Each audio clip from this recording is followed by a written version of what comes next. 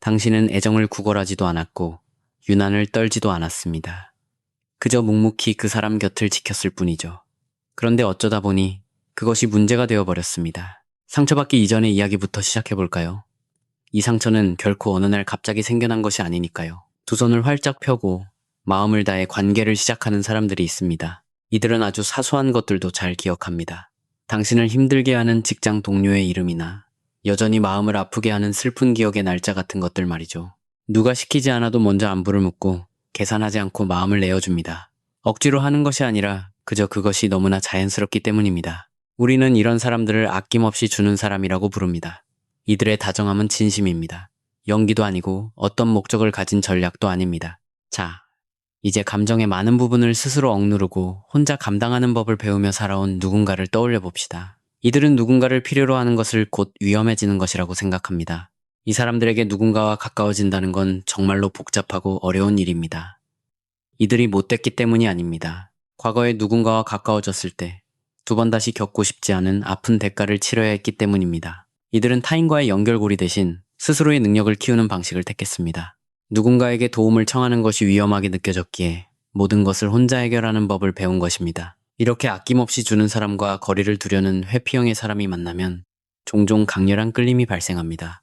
회피형의 사람은 주는 사람의 따뜻함에서 자신이 남몰래 그리워하던 무언가를 느낍니다. 반대로 주는 사람은 회피형의 독립적인 모습을 처음에는 차분함과 안전함으로 받아들입니다. 주는 사람은 마침내 나를 지치게 하지 않고 내가 감당할 수 있는 선에서 편안하게 만날 사람을 찾았다고 생각합니다. 회피형의 사람은 드디어 마음 편히 만날 수 있는 사람을 만났다고 생각하죠. 그리고 한동안은 실제로 그렇습니다.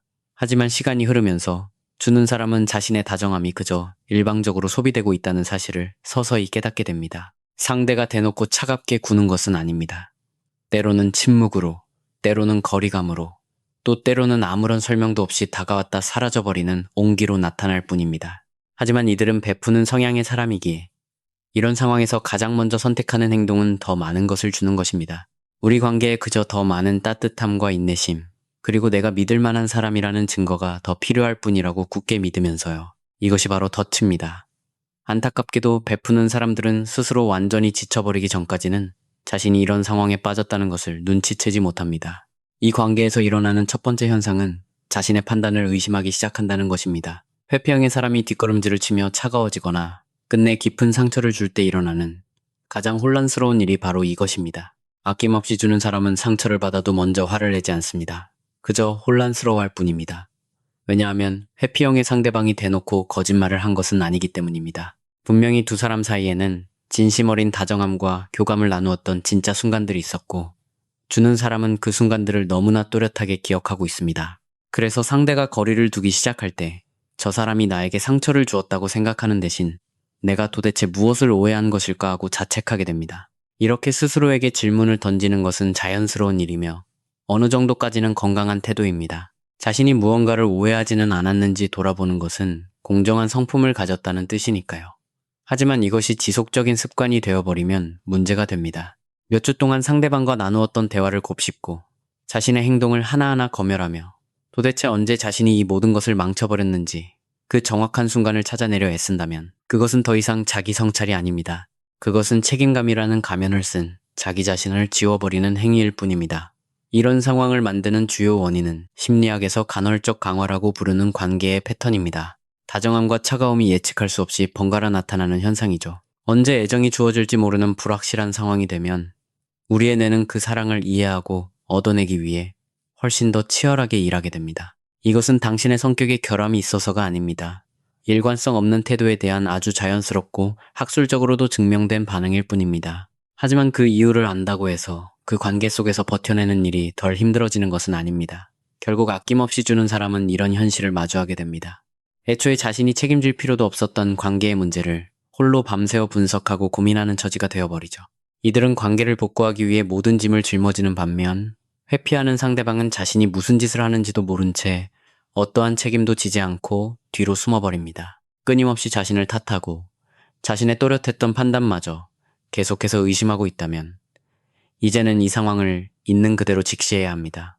애초에 당신의 느낌과 판단이 모두 맞았을지도 모릅니다. 당신이 느끼는 그 혼란스러움은 결코 당신이 틀렸다는 증거가 아닙니다. 오히려 앞뒤가 맞지 않는 상대의 일관성 없는 행동에 당신이 너무나 솔직하게 반응하고 있다는 증거일 뿐입니다. 두 번째와 세 번째 현상은 움츠러들었다가 무리하게 선을 넘게 되는 것입니다. 이 두 가지 현상은 정반대의 방향으로 아주 순식간에 일어납니다. 먼저 주는 사람은 한순간에 움츠러드는 것이 아니라 상황에 맞춰 조금씩 자신을 줄여나갑니다. 자신이 너무 다정하게 다가가면 상대가 부담을 느끼고 멀어진다는 것을 눈치채고 표현하는 온기를 스스로 조절하기 시작하죠. 말을 꺼내봤자 아무 소용이 없다는 것을 알기에 특정한 주제에 대해서는 아예 입을 닫아버립니다. 자신이 원하는 것을 말하기 전에 속으로 수십 번 검열하고 상대방이 받아줄 수 있을 만큼만 아주 작게 다듬어서 표현합니다. 이것은 마치 방 안에서 숨을 죽인 채 상대방의 눈치를 보며 산소를 아주 조금만 마시는 것과 같습니다. 그리고 남에게 잘 맞춰주는 이 사람들의 타고난 유연함 때문에 자신이 얼마나 많은 것을 포기하고 희생했는지 깨닫지도 못한 채 아주 오랫동안 이런 답답한 관계를 버텨냅니다. 그러다 결국 관계에 금이 가고 상대방이 완전히 등을 돌리거나 상처를 주고 끝내 이별이 찾아왔을 때 이들은 무리하게 선을 넘기 시작합니다. 조심스럽게 자신의 마음을 억누르던 사람이 이제 완전히 반대 방향으로 내달리게 되는 것입니다. 필요 이상으로 상대에게 매달리고 연락을 시도합니다. 구구절절 긴 말로 자신을 설명하려 했습니다. 이 상황에 전혀 어울리지 않게 도망쳐버린 상대방의 행동에 대해 더 많이 이해하고 감싸주며 측은하게 여깁니다. 다른 사람 같았으면 당장 나에게 더 예의를 갖추라고 화를 냈을 상황에서도 당신도 지금 많이 힘들 거라는 걸 안다며 다독이는 말을 건넵니다. 이것은 나약함이 아닙니다. 아주 진실된 마음에서 우러나온 행동입니다. 내 마음을 명확하게 전달하고 상대방을 충분히 이해해 준다면 이 관계가 다시 제자리로 돌아올 거라는 순수한 믿음 때문이죠. 하지만 그 순간에 그들이 깨닫지 못하는 사실이 하나 있습니다. 나에게 상처를 준 사람에게 내 아픔을 길게 설명하는 것은 뒤늦게라도 그 사람이 내 마음을 알아주기를 바라는 헛된 희망에 불과하다는 것입니다. 두 사람이 함께하는 동안에도 없었던 그 배려심이 헤어진 후에 아무리 공들여 쓴 메시지를 보낸다고 해서 마법처럼 생겨나는 일은 거의 없습니다. 짧은 이야기를 하나 해보겠습니다. 결코 합당한 답장을 받지 못하는 슬픈 메시지에 대한 이야기입니다. 8달을 만난 연인이 있었습니다. 어느 날부터 한 사람의 연락이 눈에 띄게 짧아지고 약속을 취소하고 전반적으로 감정이 메말라가는 것이 느껴졌습니다. 그 변화를 알아챈 남은 한 사람이 차분하지만 직설적으로 물었습니다. 뭔가 달라진 것 같은데 무슨 일인지 우리 대화 좀 할 수 있을까 하고 말이죠. 돌아온 대답은 아무 일도 없다는 것이었습니다.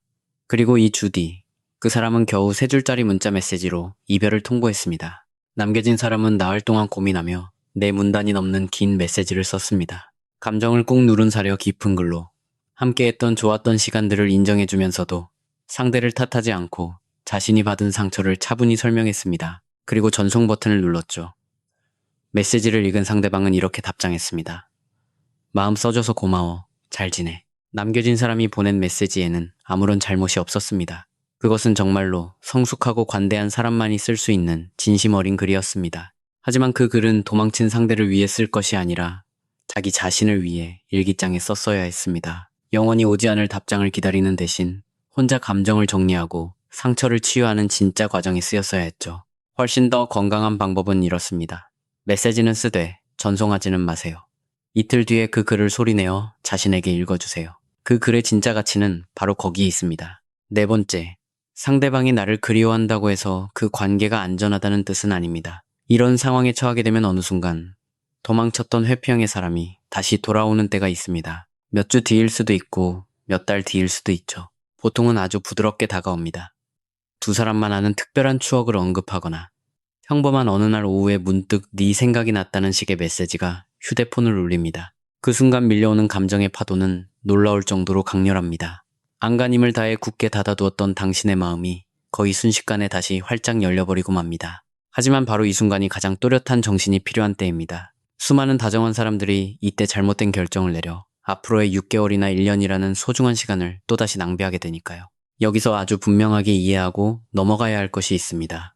나를 그립다고 말하는 것은 철저히 그 사람의 감정 상태에 대한 정보일 뿐이라는 점입니다. 당신에게 상처를 주었던 그 근본적인 문제들이 해결되었는지에 대해서는 어떠한 답도 주지 못합니다. 누군가를 진심으로 그리워하면서도 여전히 예전과 똑같은 상처를 반복하는 사람은 얼마든지 있습니다. 떨어져 있는 시간은 종종 아련한 그리움을 만들어내고 그것을 스스로 감정적인 준비가 끝난 것으로 착각하게 만들지만 현실은 전혀 그렇지 않은 경우가 많습니다. 더 정확히 말하자면 회피형의 사람은 그 따뜻함을 그리워합니다. 심지어 당신이라는 사람 그 자체, 당신만의 특별한 존재감을 그리워할 수도 있습니다. 하지만 떨어져 있던 시간이 끝나고 다시 가까워지면 과거에 도망치려 했던 그들의 뇌신경망은 또다시 거리를 두기 위해 숨어버릴 것입니다. 이것은 세상을 너무 냉소적으로 바라보는 것이 아닙니다. 사람의 행동 패턴이 작동하는 방식을 아주 현실적으로 설명하는 것일 뿐입니다. 굳어진 행동 패턴은 누군가를 그리워하는 시간만으로는 결코 사라지지 않습니다. 패턴을 바꾸려면 아주 오랜 시간 동안, 대개는 전문가의 도움을 받는 지속적인 노력이 있어야만 가능합니다. 그러니 그들이 돌아왔을 때 던져야 할 질문은 저 사람이 나를 그리워했을까가 아닙니다. 그에 대한 대답은 아마도 예스일 테니까요. 진짜 던져야 할 질문은 우리가 헤어져 있던 시간 동안 이 사람이 스스로를 변화시키기 위해 도대체 구체적으로 어떤 노력을 했는가입니다. 만약 그 노력이란 것이 고작 이 문자 메시지 하나를 보낸 것이라면 그것은 관계를 다시 시작할 튼튼한 토대가 아니라 그저 간을 보는 미끼에 불과합니다. 이 순간 나 자신을 지키기 위해서는 이렇게 말해야 합니다. 먼저 연락해줘서 고마워. 하지만 내가 제대로 답을 하려면 시간이 좀 필요할 것 같아. 신중하게 생각하고 싶거든. 그리고 그 시간 동안 그 사람의 마음을 어떻게 다시 돌릴지가 아니라 내게 진짜로 필요한 것이 무엇인지, 그리고 이 사람이 과연 그것을 채워줄 수 있는 사람이라는 증거를 보여주었는지 냉정하게 생각하세요. 5번째, 소셜미디어 속 상대방의 모습이 마치 나를 비난하는 것처럼 느껴지기 시작합니다. 나에게 상처를 준 사람이 너무나 잘 지내는 것처럼 보일 때 아주 이상한 감정에 휩싸이게 됩니다. 당신 없이도 그들의 삶이 아무렇지 않게 이어지고 있다는 증거를 보게 되죠. 대단히 특별한 일상도 아닙니다. 그저 아주 평범하게 밥을 먹고 살아가는 평범한 모습일 뿐입니다. 하지만 그 모습은 다른 사람의 일상을 볼 때와는 완전히 다른 감정으로 당신에게 꽂힙니다. 마치 두 사람 사이에서 있었던 그 깊고 소중했던 일들이 사실은 당신 혼자만의 착각이었다는 증거처럼 느껴집니다. 저렇게 멀쩡하게 잘 살아가는 모습을 보니 나와의 관계가 저 사람에게는 그토록 쉽게 잊힐 만큼 가벼운 것이었다는 생각이 드는 것이죠. 사실은 그렇지 않습니다. 하지만 당신이 느끼는 그 비참함은 진짜이며 충분히 심각하게 받아들일 가치가 있는 감정입니다. 이런 감정이 드는 이유는 무겁고 고통스러워 결코 쉽게 내려놓을 수 없는 당신의 내면 상태를 상대방의 겉모습과 비교하고 있기 때문입니다. 소셜미디어에 보이는 겉모습은 거의 항상 거짓되고 불완전한 법인데도 말이죠. 당신은 새벽 2시에 그 사람에게 어떤 일이 일어나는지 결코 알 수 없습니다. 그들이 상실감을 회피하기 위해 일에 중독되어 살아가는지, 다른 것으로 정신을 돌리려 발버둥 치는지, 아니면 귀찮은 질문을 하지 않는 사람들 틈에 섞여 억지로 웃고 있는지 당신은 볼 수 없습니다. 그렇다고 해서 그 사람이 남몰래 무너져 내리고 있다는 뜻은 아닙니다. 어떤 사람들은 실제로 남들보다 빨리 아픔을 털어내기도 하니까요. 회피형 성향의 사람들은 감정을 분리하는 데 능숙합니다. 그래서 고통스러운 기억을 한 구석에 밀어넣고 겉으로는 일상생활을 척척해내는 단기적인 대처에 훨씬 강합니다. 그래서 겉보기에는 아무렇지 않은 것처럼 보일 수 있습니다. 하지만 사람의 마음이 그렇게 단순하지만은 않습니다. 하지만 이 모든 것보다 훨씬 더 중요한 사실이 있습니다. 상대방이 이별을 극복하는 속도가 그 관계의 가치나 당신이라는 사람의 가치를 증명하는 잣대가 될 수는 없다는 것입니다. 더 오래 아파하고 슬퍼하는 사람이 사랑을 잘못한 것이 아닙니다. 그들은 단지 그 순간에 더 온전히 존재했을 뿐입니다. 상처받지 않으려고 적당히 거리를 둔 것이 아니라 자신의 온 마음을 다해 그 관계를 진실하게 살아냈던 사람일 뿐입니다. 상처받을 것을 두려워하지 않고 진심을 다했던 그 마음은 고쳐야 할 나약함이 아닙니다. 오히려 당신의 그 깊은 마음을 온전히 알아줄 진짜 인연을 위해 영원히 간직해야 할 보석 같은 모습입니다. 짧은 이야기를 하나 더 해볼까요? 소셜미디어가 마음의 병이 되어버린 이야기입니다. 헤어진 연인은 소셜미디어에 자신의 일상을 꾸준히 올리고 있었습니다. 자극적인 것도 아닌 그저 평범한 주말 사진과 아무렇지 않아 보이는 짧은 글들이었죠. 하지만 남겨진 사람은 그 사진을 볼 때마다 가슴이 턱턱 막혀왔습니다. 어느 날 저녁, 그녀는 하루에만 벌써 3번이나 그 사람의 프로필을 들어가 보고 있는 자신을 발견했습니다. 단체 사진 속 전 연인의 표정을 확대해보며 이 사람이 정말 괜찮은지, 나를 그리워하기는 하는지, 우리의 이별을 조금이라도 실감하고 있는지 어떻게든 단서를 찾아내려 안간힘을 쓰고 있었죠. 그녀는 휴대폰을 뒤집어 내려놓고 아무도 없는 허공을 향해 소리내어 말했습니다. 저 안에는 내가 원하는 답이 없어. 그리고는 친구에게 문자를 보내 수다나 떨자고 말했습니다. 영화처럼 극적인 회복의 순간은 아닙니다. 그저 솔직하게 방향을 아주 조금 튼 것뿐이죠. 하지만 진짜 상처의 회복은 바로 이런 작고 평범한 행동들로 만들어집니다. 6번째, 그리고 가장 중요한 이야기.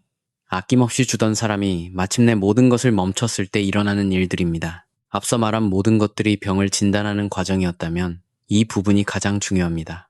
이제부터는 그 이후에 다가올 삶에 대한 이야기이기 때문입니다. 어느 순간이 옵니다. 요란하게 티를 내며 찾아오지는 않지만 다정하게 베풀던 사람이 드디어 멈춰설 때 그 순간은 조용히 찾아옵니다.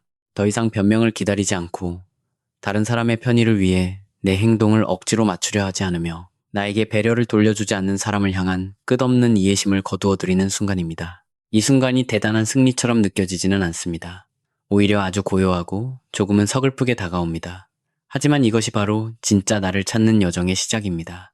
멈춰선 직후에는 처음엔 방향을 잃은 듯 혼란스러울 수 있습니다. 베풀어왔던 사람은 그동안 상대를 이해하고 관계를 고치고 이별에서 살아남기 위해 자신의 모든 에너지를 쏟아부었기 때문에 그 관계가 사라진 자리에는 견딜 수 없이 낯설고 커다란 빈 공간이 남게 되거든요. 그 텅 빈 공간은 불편하지만 동시에 내 삶을 다시 단단하게 다져나갈 수 있는 진정한 첫 번째 출발점이기도 합니다. 이 시기를 잘 넘기기 위해 도움이 될 만한 몇 가지 방법이 있습니다. 두루뭉술하게 생각하지 말고 구체적으로 이름을 붙여보세요. 관계가 주는 소음이 사라진 당신의 진짜 평범한 일상이 어떤 느낌이었는지 다시 찾아내는 것입니다. 너무 추상적으로 들리겠지만 아주 구체적인 방법입니다. 이 사람을 만나기 전 화요일 저녁에 당신은 보통 무엇을 했나요? 출퇴근길에는 어떤 생각들을 했었나요? 이 관계에 온 신경을 빼앗기는 바람에 침묵해버린 당신의 진짜 모습은 어떤 것들이었나요? 그 잃어버린 시간들을 위해 아주 조금씩 의도적으로 공간을 만들어 보세요. 당신이 어느 순간부터 당신 스스로의 권리를 포기했었는지 찾아내고 부담 없는 작은 상황에서부터 내 목소리를 내는 연습을 시작해 보세요. 잔뜩 움츠러들어 눈치를 보던 습관은 그 관계가 끝났다고 해서 마법처럼 사라지지 않습니다.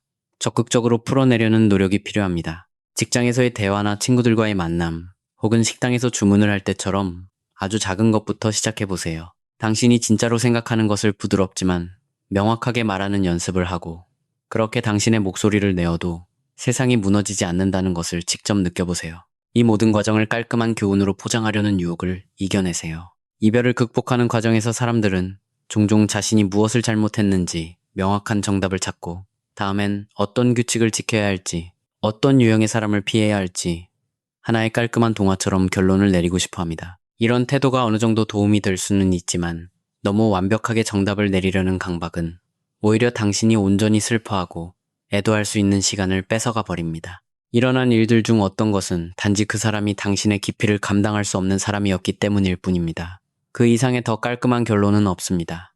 이 사람을 만나기 전부터 당신을 알았던 친구와 대화를 나누세요. 그 연애에 대해 파헤치기 위해서가 아니라 다른 사람의 눈치를 보지 않고 오직 당신 자신으로 살았던 시절에 당신을 기억하는 사람과 함께 시간을 보내는 것입니다. 그 친구들이 기억하는 당신의 모습은 힘든 연애를 하면서 잔뜩 일그러지고 상처받았던 당신의 자아를 원래대로 되돌려 놓는 아주 훌륭한 치료제가 될 것입니다. 그리고 마지막으로 어쩌면 가장 중요할지도 모르는 사실이 있습니다. 돌려받지 못하면서도 끝까지 다정하게 베풀었던 당신의 행동은 결코 당신이 순진에 빠졌다거나 어리석다는 증거가 아닙니다. 그것은 당신 안에 아주 깊고 진실된 따뜻함이 가득하다는 증거입니다. 그 엄청난 다정함은 훗날 그것을 진심으로 받아줄 사람을 만났을 때 무엇보다 빛나는 당신만의 자산이 될 것입니다. 다정하게 마음을 내어준 것은 단 한 번도 문제가 아니었습니다. 진짜 문제는 그 사람과 당신의 결이 달랐을 뿐이라는 것입니다. 상대방에게 곁을 내어주고 사소한 것을 기억하며 마음을 다해 아껴주는 당신의 능력. 이것들은 고치거나 버려야 할 단점이 결코 아닙니다. 오히려 훨씬 더 가치 있고 아름다운 사람에게 향해야 할 당신의 가장 귀한 모습들입니다. 자, 이제 이야기를 마무리해 볼까요? 회피형의 사람이 베푸는 사람에게 상처를 줄 때 대략 6가지의 일이 일어납니다. 분노보다 자책과 의심이 먼저 찾아옵니다. 눈치를 보며 한없이 움츠러들다가 결국 선을 넘어 무리하게 애를 씁니다. 상대가 나를 그리워하는 것을 우리 관계가 안전해졌다는 신호로 착각합니다. 아무렇지 않아 보이는 상대의 모습에 나 자신이 초라해지고 비난받는 것처럼 느낍니다. 그리고 마침내 베푸는 사람이 그 모든 헛된 노력을 멈추고 고요해졌을 때 이 관계에 쏟아부었던 그 눈부신 사랑의 능력이 여전히 내 안에 고스란히 남아있다는 것을 깨닫게 됩니다. 바로 이 마지막 사실 하나만은 꼭 기억하셔야 합니다. 당신은 이 아픈 관계를 겪고 나서 그 어떤 것도 잃어버리거나 줄어들지 않았습니다.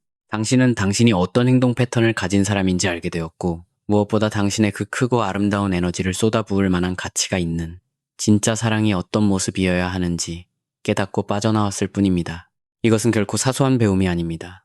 이것이야말로 앞으로 당신이 더 나은 선택을 할 수 있게 만들어줄 가장 단단한 무기가 될 것입니다. 상처받지 않고서 처음부터 관계에 있어 완벽한 선택을 하는 사람은 이 세상에 아무도 없습니다. 수없이 아파하고 자신의 마음에 귀를 기울이며 비록 불완전할지라도 오랜 시간에 걸쳐 자신에게 진짜 필요한 것이 무엇인지 서서히 맞춰나가는 과정을 통해서만 우리는 성장할 수 있습니다. 당신은 지금 그 눈부신 성장의 과정 어딘가를 걷고 있습니다. 그러니 믿으세요. 당신은 이미 아주 올바른 방향으로 나아가고 있다는 것을요.